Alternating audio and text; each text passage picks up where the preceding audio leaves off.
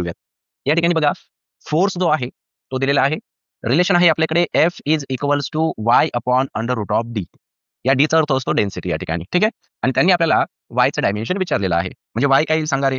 Y येणार F into root D, ठीक आहे. किंवा मी याला F into D raise to half असंही म्हणू शकतो, नाही का. रूट गेला म्हणजे त्याची पॉवर किती झाली? हाफ झाली. म्हणजे वायचं जे डायमेन्शन येईल, फोर्सचं डायमेन्शन काय आहे? ते आहे M1 L1 T मायनस 2. आणि डेन्सिटीचं काय आहे? ते आहे M1 त्यानंतर L-3 रेस टू 1/2. मग वायचं डायमेन्शन आपल्याला भेटेल M. आता या ठिकाणी बघा 1 आणि हे 1 इंटू 1/2. लक्षात येतंय का? एक स्टेप वाढू बघा. M1 L1 T minus 2. इथे काय होणार? M 1 इंटू 1/2 हा झाला 1/2. त्यानंतर L -3 इंटू 1/2 -3/2. ठीक आहे. म्हणजे वायचं डायमेन्शन काय असेल मग? ते असेल 1 + 1/2 म्हणजे किती? M raise to 3/2.